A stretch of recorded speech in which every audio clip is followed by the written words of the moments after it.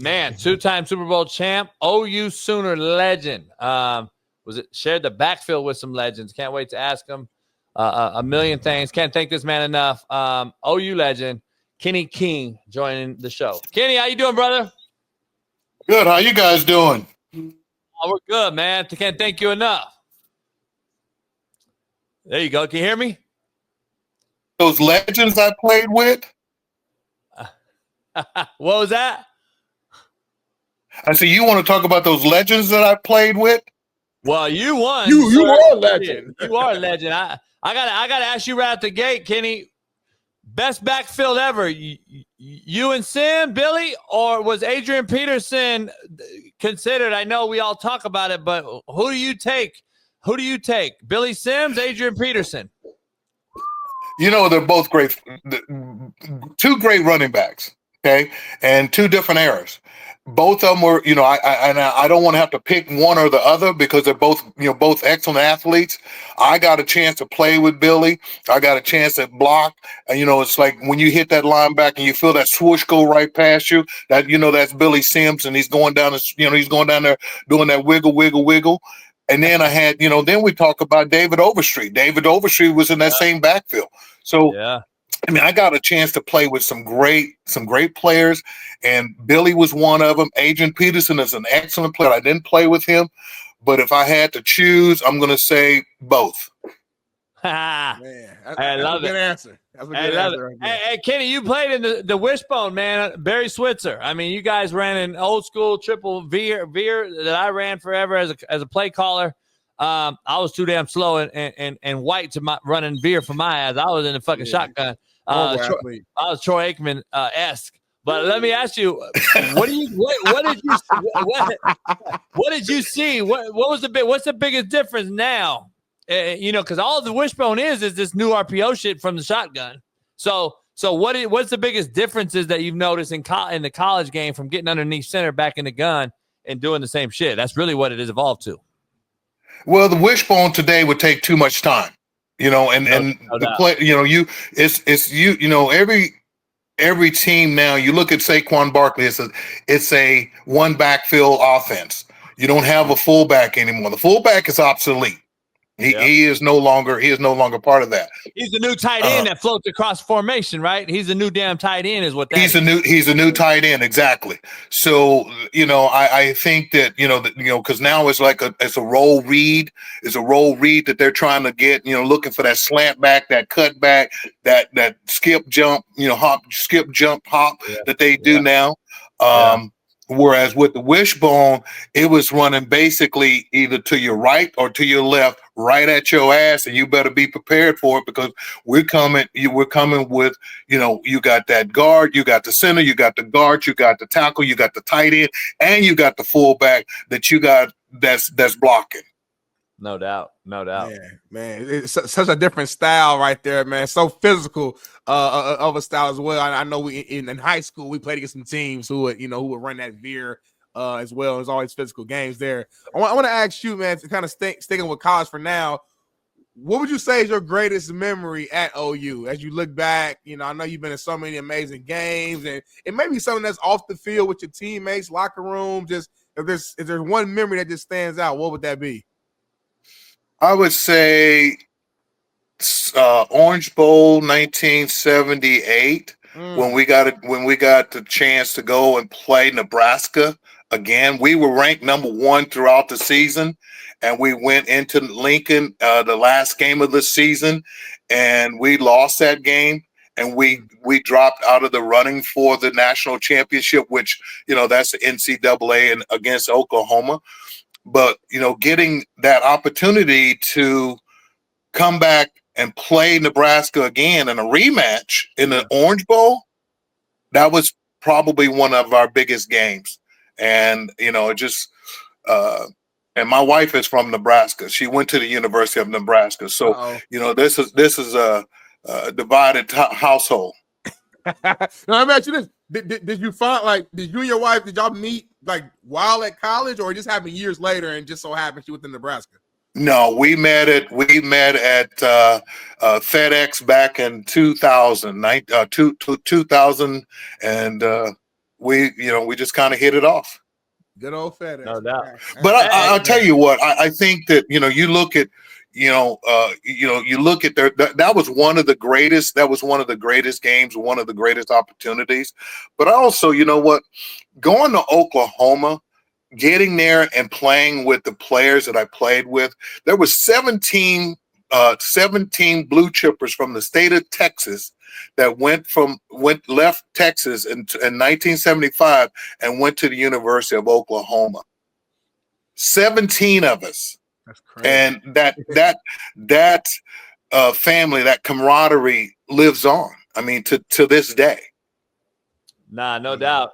Pride of Clarendon, Texas, man. I recruited the whole state for a long, long time, so they've always had dudes there, man. It's funny that you go to Oklahoma because Oklahoma had a big tradition. Colorado, Nebraska, and Oklahoma in the 80s, 90s were L.A., Compton, where I'm from, L.A., inner city, and all three of those teams won national titles. It's funny how they spot you. They always go to Texas, though, obviously right there close. Let me ask you a question that I've always been meaning to ask. Like you and Billy Sims shared the backfield, Overstreet, other legends.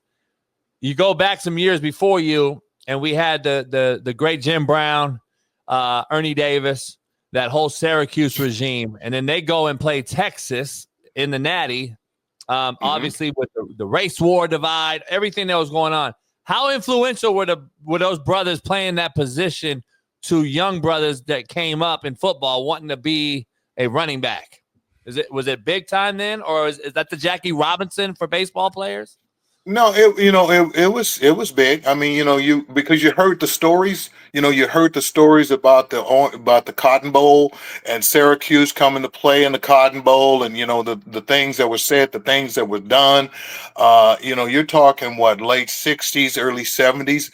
I mean, and these were some of the things that were going on, and that's one of the reasons I chose to go to Oklahoma over Texas. I mean, Texas was highly recruiting me, but I chose to go to the University of Oklahoma because Darrell Rawls made a statement back in the 70s, early 70s, saying he didn't need blacks to win a national championship.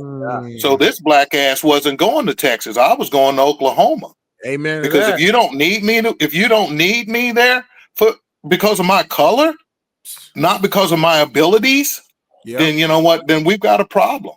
So I think that, I look back at the history of the players who've made the sacrifices of Jackie Robinson. You look at the movies and things and find out what they went through.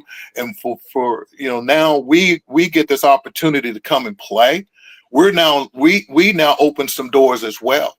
So, it's not as it's not as visible. It's not talked about as much about what we've done, but we did it in our own way. And now young kids, I have kids coming up. Well, not kids. I got adults coming up to me now because they were kids back then that tell me, I went to Oklahoma because of you. I liked your style. I like what you brought. I like what you do. Wow. That's amazing. That has been an amazing feeling, to inspire the next generation.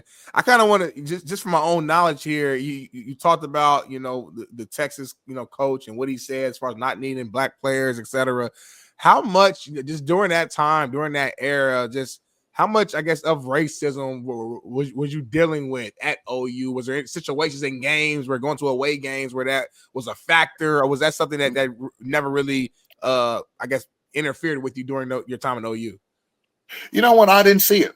It wasn't there. I mean, there was no color barrier between at the University of Oklahoma, 75 through 79 when I was there.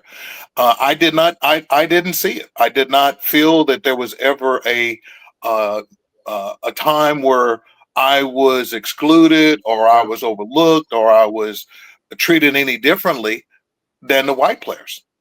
And I'm thankful and grateful for that. Yeah. But I know that I've heard stories that other players did have some issues off the field, around town, so forth, et cetera. Just, I guess when you're a star You know, when you're when you're one of the star players, when you're one of the key players, you know what, you're not gonna face that. You're not gonna you don't get that. You don't get that criticism. I mean, I think that, you know, because, you know, back in the day, Jackie Robinson, those guys, what they had to go through was one individual. Now it's more, it's more.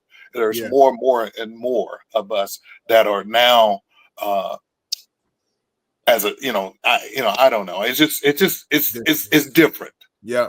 No, I definitely understand that. Go ahead, JB. Kenny, let me ask you something, Kenny. Like, I tell Smitty and I argue about it all the time, and I'm from Compton, obviously. My dad played there when it was all white, and it started to transform into all black, and my grandfather let the first brother on the block, and shit, they burned cross on his lawn and all kind of shit. This is L.A., Compton, back in the way back. But let me ask you, we always talk about this, not to make this a whole race show, but in the locker room, we never really gave a shit. Like, we never looked at the coach color, the player's color, and we were always brothers and bonded forever.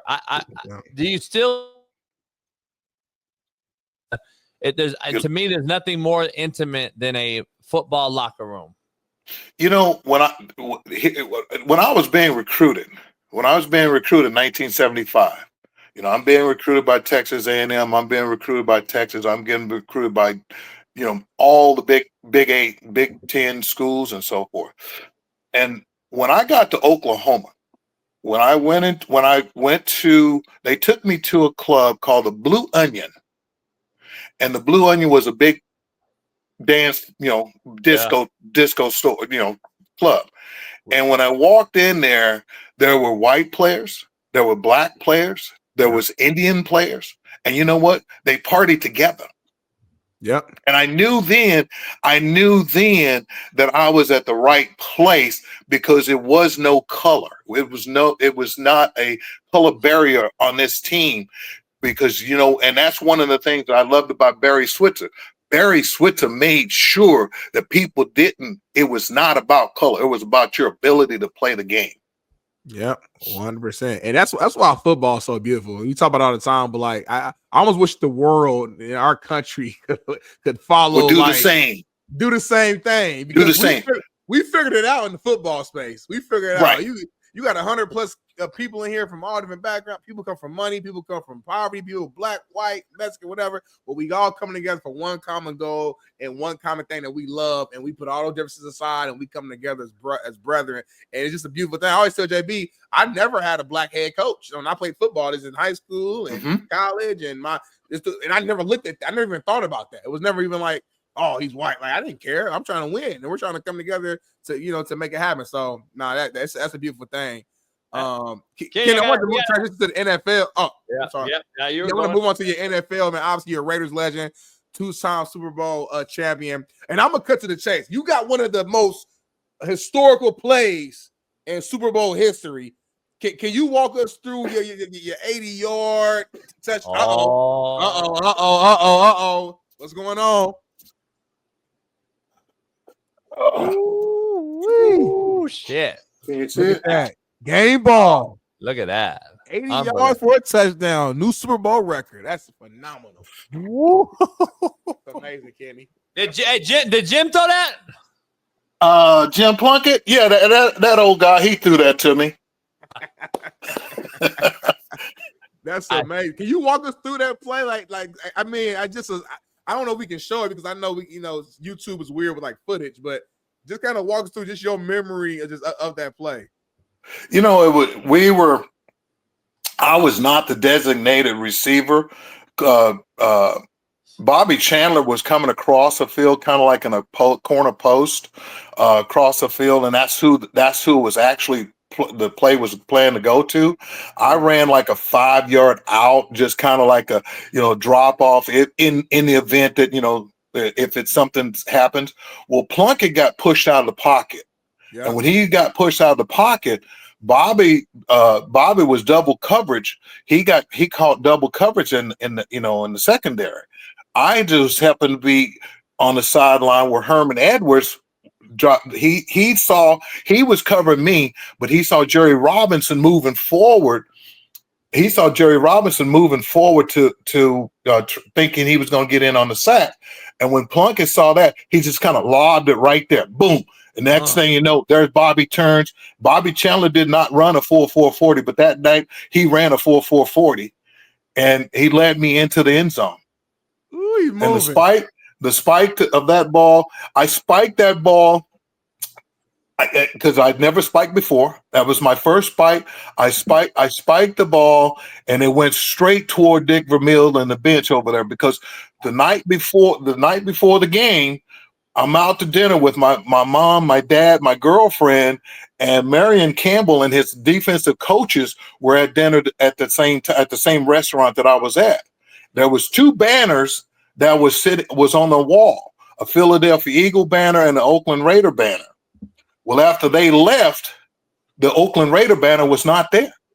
And I happened to notice that it was balled up and thrown was on the floor.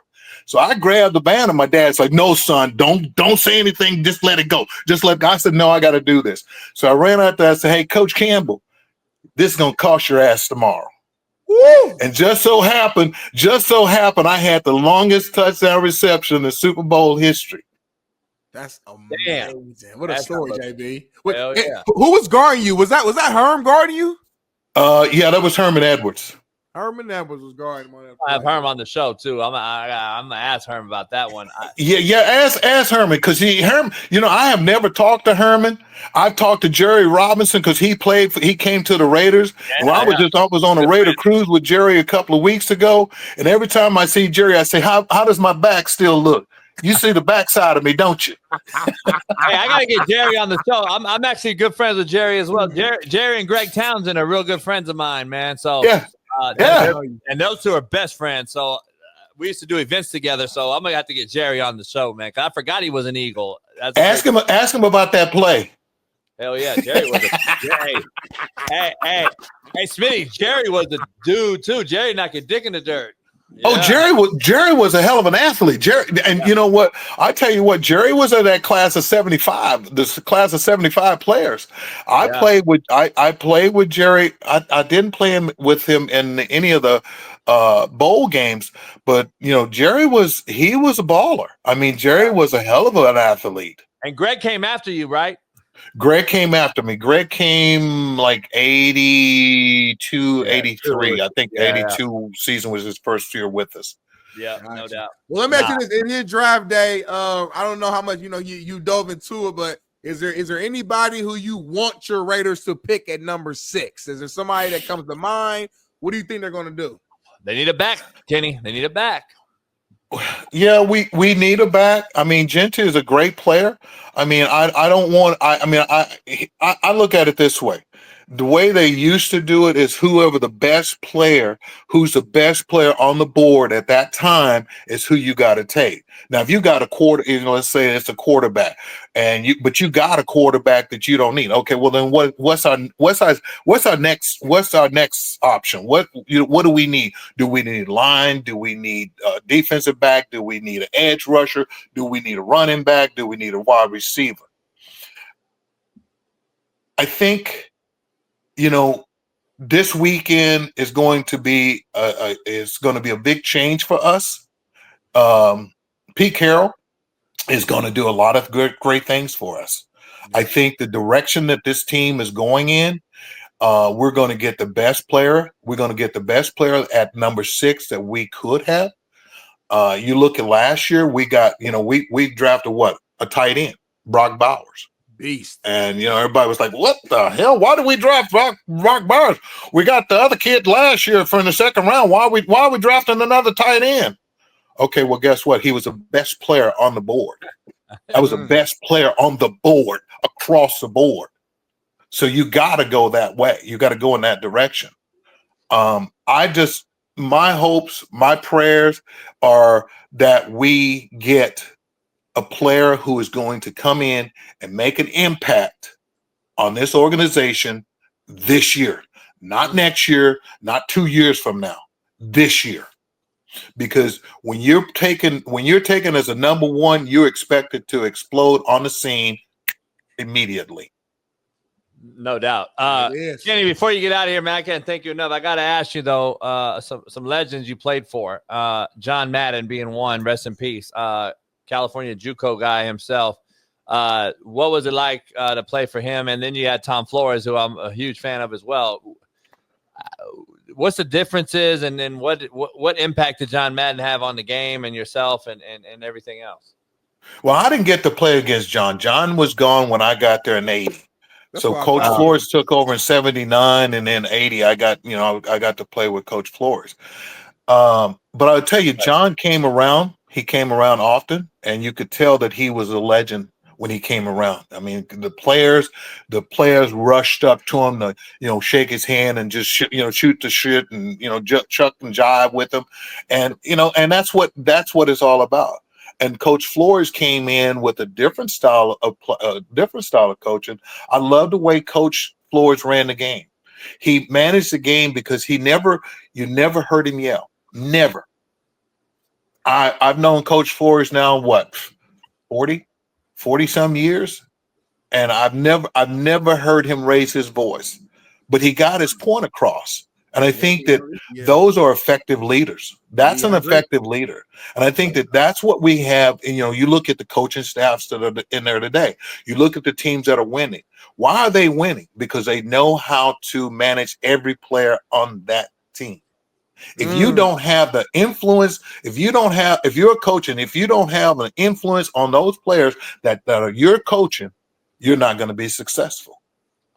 That's beautiful. That's a real thing, man. Like you said, it's not necessary to always yell and cuss and do that all the time. You got to know how to coach your players and coach your players.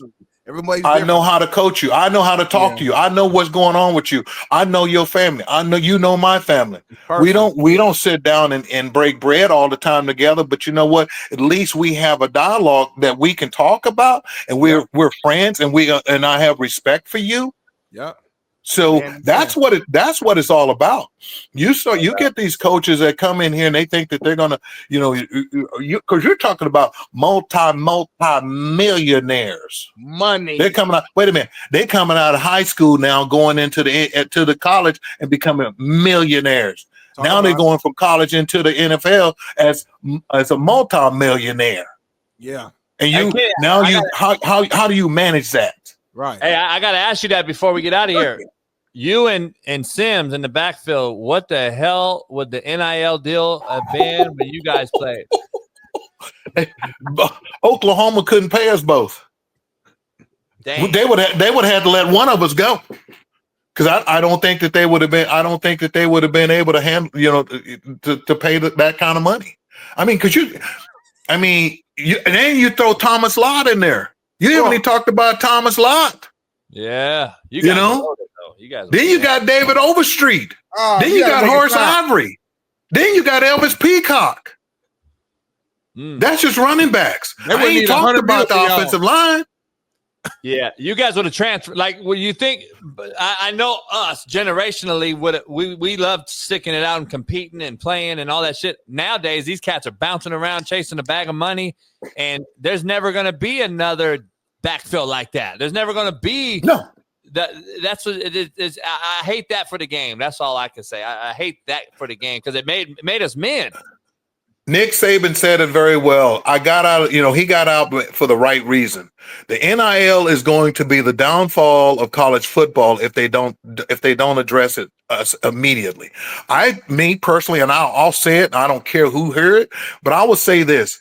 I think the transfer portal, if you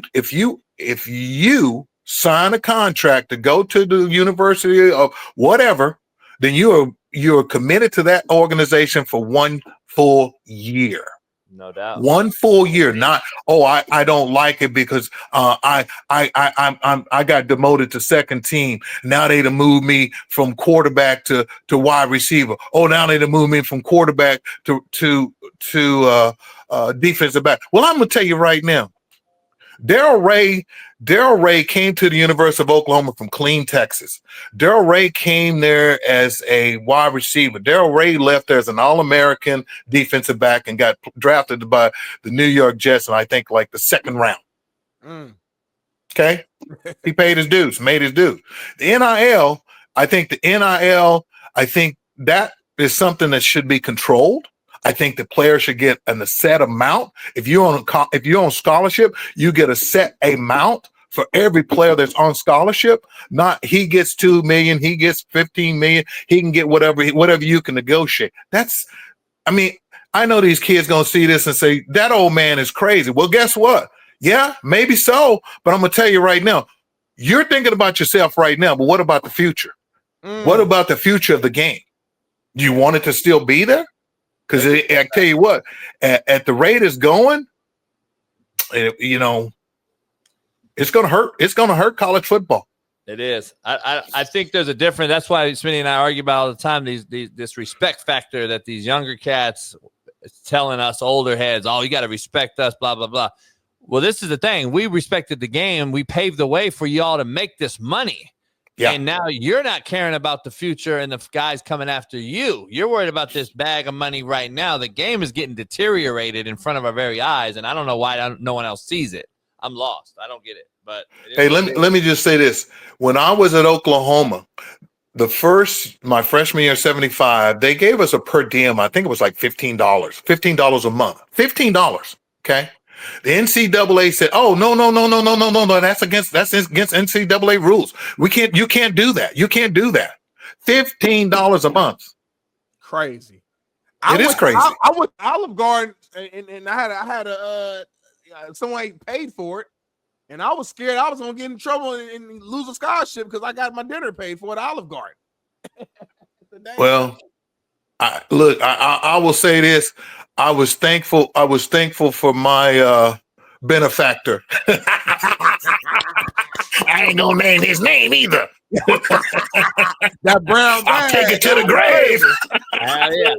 Hey, that's when football was legit. That's what I missed that part of it. Shit, when Eric Dickerson and them cats was getting Trans Ams and shit. Allegedly. Hey, ask no question. I tell you no lie. Well, I'll tell you what. I played in a golf tournament with a bunch of former Nebraska players. Yeah. It was a charity up in Tulsa, Oklahoma. And the first time I met these guys, they said, "Yeah, man, we came to Norman. We came to Norman, and the dorm, our dorm is right across the street from the stadium." They said, "We went down Jenkins. We went down, I think it was Jenkins Avenue, and then we saw y'all dorm. It was nice. It was new building, and then we saw." It looked like a car lot. It looked like a car dealership. Damn. Yeah. Hey, Kenny, yeah. Okay.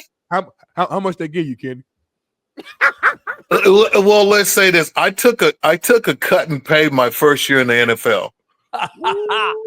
Man, Eric Dickerson said the same thing. You had NIL before NIL. Before NIL, and I tell you what, that's been what? Almost 50 years ago, and I've never revealed my sources. I don't have to now, and I'm not going to, but I will say this. I am thankful. I'm so thankful for the University of Oklahoma for giving me the opportunity to be a part of the Sooner family and, have that opportunity to play with legends and be a legend in my own right. You're a legend, no doubt about it, man. You got some legendary stories, legendary plays, legendary film, you name it. Lived a legendary life, man. I can't thank you enough for hopping on, Kenny. We got to do it again, hopefully, with you. And hopefully I wish you the best success. Hopefully everything's good. And can't thank you enough, brother. Thank you, Mr. It's been a pleasure, man. You guys take care. Hey, you too, brother. Appreciate it. Peace out. Kenny King, legendary. That's one of my favorite guests we done had. I ain't gonna lie to you, man. Mr. King, man, just kind of kept it real with us, old school, but be able to relate to the new school. Legend right there, man. We gotta have him back on down the road. No doubt. I got somebody in the chat here. I wanna bring this up real quick and murk his ass. Okay, what happened? Dantes said so he cheated, but don't want kids to get paid. Come on, man. How did he cheat? How did he cheat? Let me ask you something real quick. You fucking micro thinker. Let me ask you something, Smitty, real quick. Yeah. So he got money to commit to a university and stay there. What are they doing now with NIL? Getting money and they bouncing. And they fucking bouncing. But he cheated. The irony, as you guys would say, huh, King David, you fucking nobodies. Like, these motherfuckers are getting paid. You know what he said? I'm thankful as shit that y'all broke me off. I'm loyal. I committed. I'm fucking loyal. It wasn't illegal, King David, you fucking cunt. Shut up. And you gotta understand too. How was it illegal? How was it illegal? Being a college athlete, yeah, you're on scholarship, but depending what your background is, you don't have any money. You don't. Yeah, you fucking clowns will defend anything, homie. You need that. Yeah. Like, you know what's funny is they fucking defend these motherfucking pussy boys until they fuck over their university like Nico. How funny is that, right? Oh, you're a Tennessee fan. You love Nico when he signed with Tennessee. Then when he fucking leaves, now he's a bitch and he fuck his family and blah, blah, blah, blah. You motherfuckers are so fucking phony, homie. It's unbelievable. You didn't bash the kid at UNLV, though, when he left fucking week 4. They did.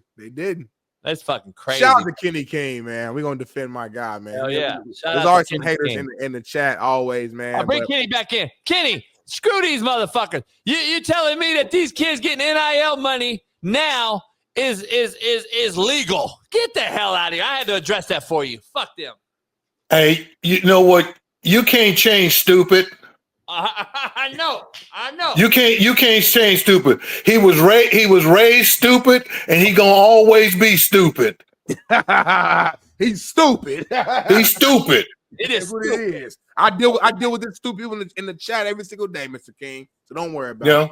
So, like I said, whenever you say something that different than what they want you to say, yeah, exactly. Then you're like you're wrong. Well, guess what? I played the game. I went there. I've done this. I've lived that life. Yeah.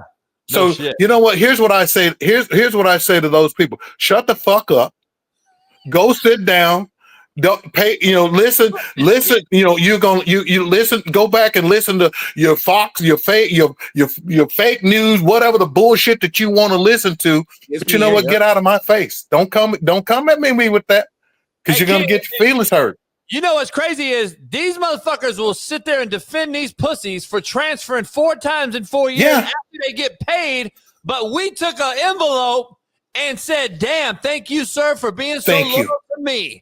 Like, I'm gonna be loyal to you. It's fucking crazy. You're fucking stupid, man. I can go look. I can go out on a date. I can take my girlfriend out on a date. I can do things. I can go out to dinner, and that's basically what the money was for. Yeah. These guys now, they get $1 million. I think there was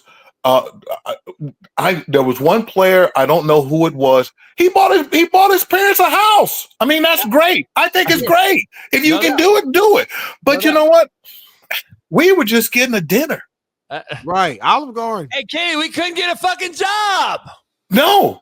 Illegal. Getting a dinner, getting some new clothes, getting a new wardrobe. That was deodorant, toothbrush, this little stuff. Exactly. The little thing. We had to stay in the dorm. Yeah, we did too till our senior year. Hey, girl, you want to go? I can take you to my dorm room, but I can't take you to the restaurant. You know what I'm saying? Like, get out of here with that shit. These cats. The girls at Norman was like, "Nah, I ain't going up there, y'all." I hear they be doing some gang banging. They're not going up in them dorms. Hello. Hey, Kenny, man, we gotta have you on again. Shit. All right, man. Y'all be good. Peace out. All right, man.